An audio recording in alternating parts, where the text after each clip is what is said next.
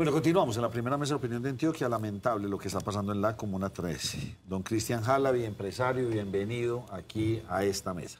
Muy buenas noches, muchas gracias Nacho y a toda la mesa de trabajo por la invitación. Venimos hoy precisamente a hablar de los distintos temas que estamos viviendo los empresarios, las empresas e inclusive los informales en el momento actual de Colombia, un ataque directo y estamos...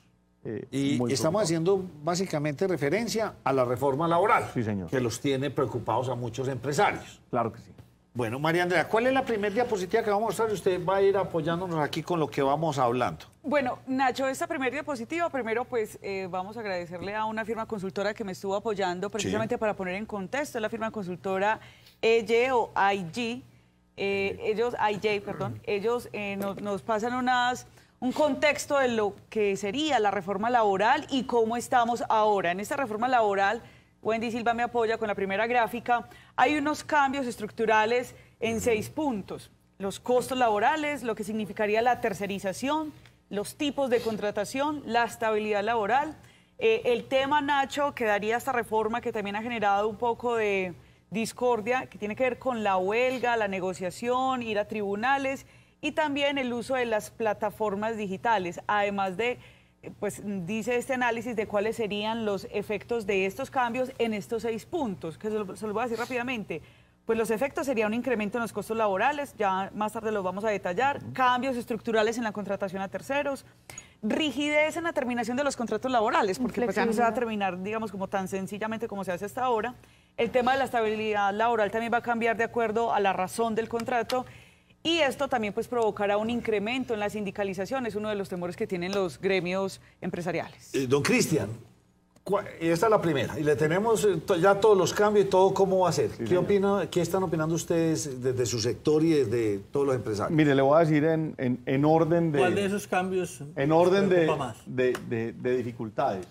El primero y el más grave es el tema de estabilidad laboral reforzada.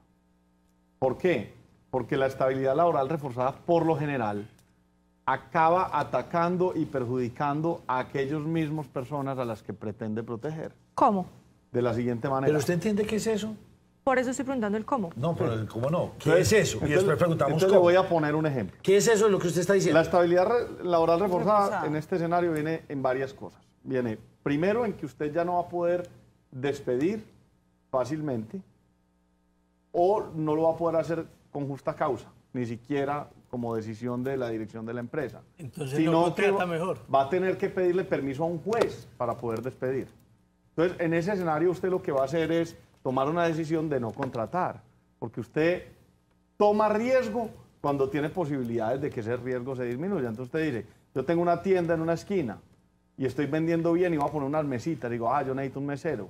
Pero si usted tiene un mesero que puede despedir al siguiente mes porque no le fue bien, usted toma el riesgo. Si usted consigue un mesero que va a tener que vivir con él por los próximos 30 años, entonces de pronto dice, no, yo de pronto me aguanto porque el riesgo es demasiado grande. ¿Cierto? Entonces la estabilidad laboral reforzada empieza a tener problemas ahí. Lo otro es que también genera unas prebendas específicas para algunos grupos de la sociedad, como por ejemplo, estabilidad laboral reforzada para mujeres, ¿cierto? Entonces, ¿qué hace? Que las mujeres sean las más difíciles de contratar, desafortunadamente. O el tema de paternidad, 8 semanas de licencia de paternidad, venimos de 12, al menos las bajaron de 12 a 8. ¿Qué va a pasar? Que tenemos un núcleo de gente, que es entre los 18 y los 30 años, que es la gente que más problemas de desempleo tiene, que ahora lo van a tener mucho mayor, porque la gente va a decir racionalmente, no, este muchacho de 18 años, de aquí a los 30 años, va a tener 2, 3 hijos. ¿Cuántos hijos puede tener? Con base en eso, ¿cuántas licencias puede tener? ¿Cuánto voy a perder yo de productividad? Entonces, el tema de la estabilidad laboral reforzada, yo la entiendo desde el punto de vista de que las centrales obreras son los que confeccionaron esta reforma tributaria, esta reforma laboral, perdón, y están buscando precisamente ese camino de reforzar la estabilidad de una gente que ya trabaja en unas empresas grandes, pero no están teniendo en cuenta el resto de la sociedad. Es el 6% de las personas que está sindicalizada en Colombia, de la fuerza laboral, y esos son los que están confeccionando esto. Después de eso, el tema de los tipos de contratación, porque es que ¿quién dijo que todo el mundo quiere ser vinculado directo a una empresa? hay gente que quiere ser tercerizada, hay gente que quiere tener contratos de prestación de servicio, hay gente que quiere trabajar medio tiempo en un sitio y medio tiempo en el otro, y no han tenido en cuenta que es que la sociedad ha cambiado con el tiempo. O sea, realmente, usted le pregunta a un millennial, y el millennial no necesariamente quiere emplear en una empresa y trabajar 40 años. Hay unas personas que sí, pero hay otras que no. Después de eso, el tema de la tercerización, porque es que la tercerización te permite la flexibilidad en la contratación por momentos. Entonces, usted no pues al final acaba siendo más costoso, pero usted tiene una flexibilidad en el manejo del personal. Que la tercerización la piensan acabar con esta reforma laboral. Sí, señor. Sí. Sí, señor. O sea, como lo vemos en otras partes donde contratan con una empresa y usted entra a trabajar para otra. Completamente, pero sí reducir mucho, Nacho. Acuérdese que las cooperativas de trabajo asociado ya las acabaron y al menos hay empresas de servicios temporales, pero eso lo van a acabar. Entonces, pongamos este ejemplo, una persona, un trabajador no calificado, pongámosle un jardinero, por decir algo. Este jardinero hoy en día puede estar en una empresa de prestación de servicios y prestarle servicio a 2 o 3 casas y ganar más del mínimo. Ahora lo van a condenar a que solamente pueda trabajar bajo un patrono. Y ese patrono, entonces, ¿cómo va a funcionar eso? ¿Quién va a perder? El trabajador.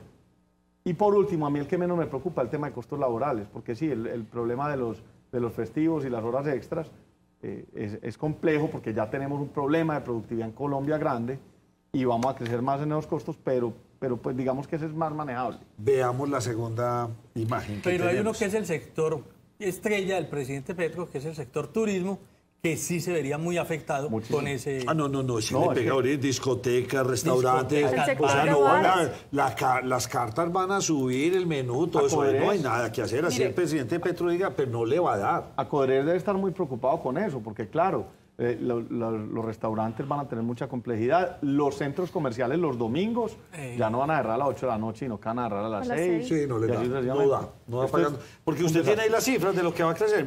Digamos, 6 puntos acerca de lo que sería el impacto económico de esta reforma laboral, y digo sería pues porque está dentro del proyecto. ¿Qué es lo que tenemos hoy y qué es lo que tendríamos? Entonces, en esta gráfica nosotros podemos ver en cuanto a los dominicales y festivos. Hoy se pagan el 75% de recargo, con la reforma se propone que se pague al 100%. Pero realmente entonces ahí estamos hablando de un incremento de un 25%. Así es. Sí. ¿Qué pasaría con el trabajo nocturno? Entonces, ahora las horas nocturnas son desde las 9 de la noche y ya empezarían entonces a regir desde las 6 de la tarde. La jornada laboral, esto pues ya sabemos que viene decretado incluso desde el gobierno de Iván Duque. Pues ahorita estamos con 8 horas diarias, 48 semanales, posteriormente terminaremos en 42 horas semanales. Los días de la familia se conservan, un día de la familia semestral. ¿Qué pasa con los contratos de aprendizaje? Esto sí tiene un cambio, que ahora en las universidades o el SENA, cuando van a hacer contratos de aprendizaje, pues se le hace bajo este concepto, no se paga un 100%, pero la reforma laboral dice, no, vamos a pagar un contrato a término fijo. Y por último, la licencia de paternidad de 2 semanas a 12. En el 2025. En el 2025 sería progresivo, no sería pues de un totazo que llegaríamos hasta allá. Pero me gustó. Así usted me diga que no, los papás también tenemos derechos, yo que los defiendo. Pero 3 meses, Nacho. Sí, 3 meses. Pero es que 3 meses una mujer sola, José. ¿Usted sabe eso cómo es de duro? Pues lidiando, sí, de hecho sí sabe. Pero lo que le vale es a un de hecho sí empresario. sabe. José, pero hágame el favor. Hay que pensar también en el tema de la familia. ¿No tengan hijos y ya? Cristian, Jalavi, ¿usted qué opina de esta? Que tenemos varias, le cuento. No nos podemos... La verdad, yo, como les decía, el tema de los dominicales y los extras es complejo, porque ya en Colombia tenemos un tema de productividad muy difícil. O sea, un norteamericano produce 11 veces más que un colombiano, costando 7 veces más, lo que quiere decir que en el neto produce muchísimo más. Entonces nosotros tenemos un problema de productividad y le vamos a meter más. En el tema de las extras, pues pasa exactamente lo mismo. Y con la reducción de la jornada laboral, pues a mí me parece que Colombia no está preparado para eso. O sea, un país como Estados Unidos lo está, un país como Francia o Alemania, donde tienen unos niveles de productividad, ya sí lo pueden hacer. Y donde las máquinas, por ejemplo, una máquina en una industria como la nuestra, por la capacidad de pago, por la forma de compra, por el peso de la moneda y por todo eso, es muchísimo más eficiente por persona. Entonces, Colombia no está preparado para eso. Eso va a ser un incremento muy importante, muy complejo, que va a desindustrializar más a Colombia.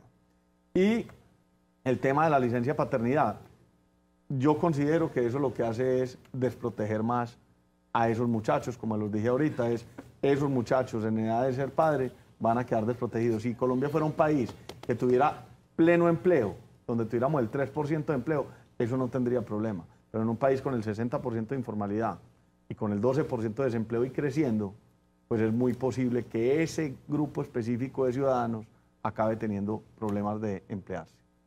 María Andrea, la siguiente. La siguiente tiene que ver con los tipos de contratos, ya nos los decía acá el señor Halaby, y vamos a ver cómo cambiarían o qué es lo que se está proponiendo en esta reforma. Pues entonces iríamos a 3 tipos de contrato. Término fijo, vamos a ver qué pasa con la hora labor y el indefinido. Con el término fijo, entonces dice la reforma que se detallaría la razón del contrato, que no puede ser incluso utilizada para actividades fijas. Luego dice lo siguiente: de no existir una razón del contrato, entonces el contrato se va a presumir como indefinido. Notificación de no prórroga con antelación de 30 días al contrato indefinido, y además dice que este tipo de contratos, si la razón persiste, o sea, la razón por la cual se contrató, si la razón persiste, pues no se puede terminar. Lo otro, el contrato de tipo por hora labor, que creo que es el que, digamos, las generaciones más jóvenes tal vez están aludiendo. Se debe especificar la hora a realizar y, de existir dudas, se presume también indefinido. Es decir, que los contratos ya no pueden quedar como al aire, o esta palabrita de y las demás que se le asignen, tal vez, diría uno. El contrato tipo término indefinido dice prohibida la terminación sin justa causa, que es una de las situaciones que han peleado también muchos sindicatos. Aquí ya queda prohibida de entrada. Dice además que término menos de 1 año, de 1 a 5 años, de 5 a 10 años y más de 10 años. El reintegro o indemnización va a ser optativa, y hay un dato adicional ahí del valor por días de salario. Entonces, esta última parte sí no la comprendí, no sé si José Gil... ¿Cuál? En la última parte, José, donde nos hablan del valor del contrato. Sí. Esos serían los costos de indemnización en cada uno de los casos. Doctor Halaby, se la pusimos ahí, pero así bien diagramada. Sí, mire. Esto es gravísimo, porque es que el contrato a término fijo, definido a una labor específica, no tiene ningún sentido. Le voy a poner un ejemplo. Usted tiene un funcionamiento, digamos, aquí en la empresa, aquí en el estudio, digamos que fuera temporal, de 8 meses, y tuvieran 2 meses de vacaciones. Vamos a hacer esa suposición. Que es lo que pasa, por ejemplo, en los colegios, ¿cierto? Entonces usted contrataría a una persona como camarógrafo o como periodista, como lo que sea, durante 8 meses.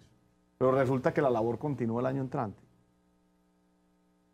Se hizo un contrato por un año específico porque pensaba que ese periodista específico o ese personaje específico le servía durante ese tiempo. Y usted tiene la libertad mutuamente de hacerlo a término fijo y terminar el contrato en el momento. Ya usted no lo va a poder hacer, ¿cierto? Entonces la gente va a quedarse haciendo un trabajo indefinido que no se sabe si el trabajador lo quiere hacer o el empleador lo necesita. O usted tiene un montaje de un equipo o un montaje de un estudio y resulta que no terminó el montaje a tiempo, pero se le acabaron los recursos y lo tiene que seguir después. No va a poder tampoco terminar ese contrato. Entonces te están amarrando y te están impidiendo la dirección de la empresa. Pero el ejemplo es muy bueno, como usted lo pone con el educador, por ejemplo, profesor del colegio, el profesor universitario. Sí, él sale en tal fecha, entonces terminan los contratos y vuelven a arrancar. El otro tema, el del contrato obra-labor, también precisamente ahí se busca es que el contrato de mutuo acuerdo, porque es que hay que entender que la contratación es un mutuo acuerdo entre el empleador y el empleado, ¿cierto? Cuando entra el refuerzo del Estado a decir que no se puede terminar voluntariamente o apenas se termina la obra, sino que hay que tener unas justificaciones adicionales, usted está condenando a ese empleado que funciona de esa forma, bajo obra-labor, a que no lo contrate, ¿cierto? O a que haya obras y labores que simplemente no se hacen, ¿cierto? Y el último, me olvidó cuál era, el que teníamos término indefinido. El último es término indefinido. El último era el tema del contrato. Bueno, ahí hay un problema. Hoy usted tiene la forma de terminar un contrato sin justa causa indemnizando, con plena indemnización, cumpliendo con todas las de la ley, que haya pagado sus cesantías, que haya pagado todas las cosas. Porque usted simplemente no tiene una causa específica diferente a que ya no necesita el empleado, ¿cierto? O que usted no documentó unos descargos o lo que sea para poderlo sacar. esto ya no lo va a poder hacer. Entonces usted lo que tiene es un matrimonio indisoluble cuando usted contrata a una persona. Usted está... Encarece mucho la terminación de los contratos. Sí, exactamente. Y además de eso, que lo más probable es que va a tener que ir donde un juez para poderlo terminar. Entonces, ¿cómo va a ser esa decisión? Y eso sí, va a colapsar a los jueces. Al sistema judicial. Es decir, cada que se quiera despedir a alguien, se tiene que apelar a un juez en contrato indefinido, cabe resaltar, se tiene que apelar ante el sistema judicial para tener esa autorización. Vas a tener que buscar el espacio donde un juez para que el juez te permita o no indemnizar a una persona. Sacarlo indemnizado, ojo con eso. Y en Colombia nunca vamos a resolver el problema de empleo hasta el día que sea sencilla la relación laboral entre empleado y empleador. María Andrea, sigamos. Obligaciones y prohibiciones de los empleadores. Esto también me parece muy importante de cómo cambiaría en razón a las empresas. Bueno, dice que las obligaciones que establece, Wendy, me va a ayudar ahí con la imagen número 7, por favor. Gracias, Wendy. La que tenía. La anterior. Wendy. Gracias. Muy bien, gracias. Fíjese, entonces dice, ¿cuáles son las obligaciones? Asegurar la igualdad de oportunidades para personas con discapacidad, que esto ya muchas personas, pues, sí. Muchas empresas, perdón, pues lo hacen, no como una obligación, sino, digamos, como un aporte a la sociedad. Prohibición discriminar a las mujeres, discriminación a personas de otros géneros, pero quiero pasar entonces a la siguiente. La siguiente imagen nos va a hablar del impacto de la reforma laboral por sector. Esta imagen, pues, sí está más... En el tema de la discriminación hay un tema muy complejo porque hay una línea entre la verdad y la mentira. Entonces, lo siguiente, yo llego aquí a pedirle trabajo a Nacho. Nacho, yo quiero estar en la mesa de trabajo de Nos Cogió la Noche, tal cosa. Y Nacho, pues, decide que yo no soy la persona. Entonces, yo después voy donde un juez y le digo, es que ¿sabe qué? Nacho es un hombre que discrimina contra la gente que tiene apellidos árabes. Y por eso no estoy en la mesa de trabajo. Y es posible que el juez lo obligue a contratarme en la mesa de trabajo. Es más complejo el tema de ese tema de la contratación, y perdóneme que me devuelva, pero de verdad me nacen muchas inquietudes porque si usted lo decía, hay muchos jóvenes que por la misma dinámica en la que estamos no entienden o no les gusta montarse en ese modelo que nos toca a muchos de nosotros, y es, estoy en una empresa, me vinculo y con ella espero estar 5, 10, 15, 20 años. Sino que ellos estoy 2 años acá, de hecho trabajo con este, yo soy freelance, que es una de las figuras yo creo que más conocemos quienes estamos en el medio, porque les sirve para trabajar con diferentes empresas. ¿Qué va a pasar con eso? Alguien que trabaja por prestación de servicios para poder estar en diferentes frentes, ¿ya no va a tener esa opción? ¿Ya no va a poder estar con varias empresas? Va a ser muy complejo. Digamos que como lo interpretan dentro de la ley, como lo interpreta la ministra en este momento, lo que se necesita son contratos a término indefinido de prestación permanente del servicio. Entonces, ellos no están cobijando ni buscando esa flexibilidad laboral. Y esto va realmente en contra de las libertades personales y la libertad de la dirección de las empresas, ¿cierto? Y por empresa, vuelvo y digo, desde el que vende mangos en la calle hasta la gran empresa como Ecopetrol. Entonces, efectivamente, lo que te está impidiendo es que tengas ese tipo de contrataciones, no por el empleado o por el contratista, porque el contratista va a poder seguir firmándolo, pero puede ser, porque en Colombia pasa todo tipo de cosas y los jueces laborales a veces son más cercanos al empleado, y es, por decir algo, un muchacho tiene 3 contratos y trabaja con 3 empresas. Y de pronto se quedó sin 2 y se va para donde el juez y le dice, no, mire, es que yo estoy trabajando con esta, pero es que no me contratan tiempo completo. Entonces imagínese el problema que hay. ¿Qué va a pasar con un fotógrafo, con un camarógrafo que trabajas para eventos, que trabaja independiente? Que se va a promover la informalidad. Lo que esto va a llevar es que de la informalidad, del 60% que tenemos hoy, 12 millones de personas que están en la informalidad, contra 9.800.000 personas que están en la formalidad, que simplemente lo que va a crecer es la informalidad. Y esto va a mover la economía subterránea. Y lo que tenemos es un borrador, todavía no, esta no es la oficial, ¿o sí? No. Sí, no es la oficial. De hecho, hay que decir que la ministra también pues ha tenido mucha apertura de escuchar a los gremios, de escuchar a Brooke McMaster, bueno, a todas esas personas que les han indicado de los riesgos y lo que nos están diciendo aquí. Pues al menos bajó la licencia de paternidad de 12 a 8 semanas.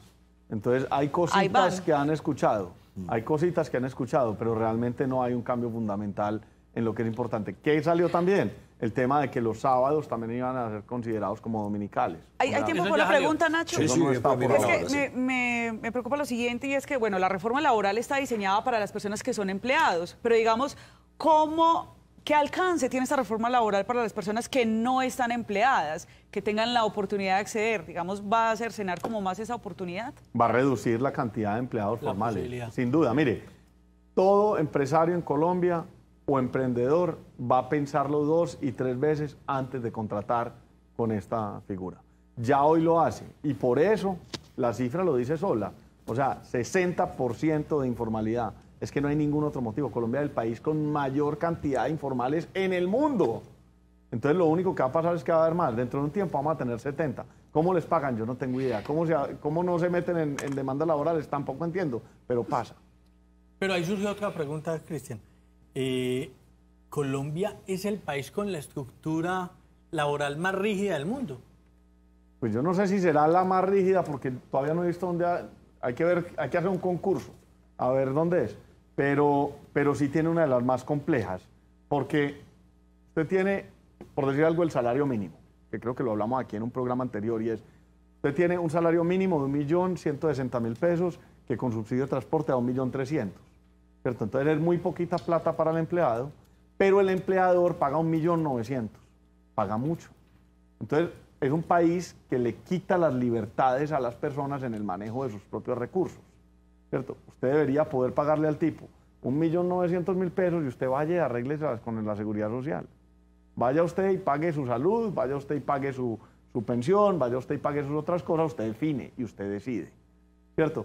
Pero aquí lo que estamos haciendo es poquita plata para el empleado, mucha para el otro. Y la planilla pila hoy no se deja pagar por partes. Entonces sí es no se deja, sí, esa es otra. Exacto. Gravísima. Imagínese usted este escenario, una chaza de Postobón, de esas chazas donde venden de todo, ¿cierto? Y una señora tiene eso. Esa señora es un empresario, ¿cierto? Por lo general tiene un empleado o 2. Pero ella debería poder tomar la decisión de formalizarse y de qué pagar. Es decir, yo primero voy a pagar mi salud. Si me alcanza, pago para mi pensión. Si me alcanza, pago caja de compensación porque me gusta ir a San Jerónimo, no sé, o a algún lado a pasear. Y así sucesivamente. No, aquí le decimos, o se mete a todo o usted se informa. O en nada. Exactamente. Mire, a los informales del centro les pasó en un gobierno anterior una cosa muy curiosa, y es, los trataron de formalizar. Entonces les daban cámaras de comercio baratas, les daban unos descuentos en cámaras de comercio y tal cosa. Y a los 4 o 5 días de haberse formalizado, llegaba a espacio público, les decía, usted ya no es informal, sálgase de aquí. ¿Cuánto tiempo tiene para presentarla? Dice que van a presentar ahora en este mes. El 16 de marzo. ¿Y presentan cuántas? Dos. Pensional y laboral y pensional. Complejo, o sea, es que estamos en una reformitis.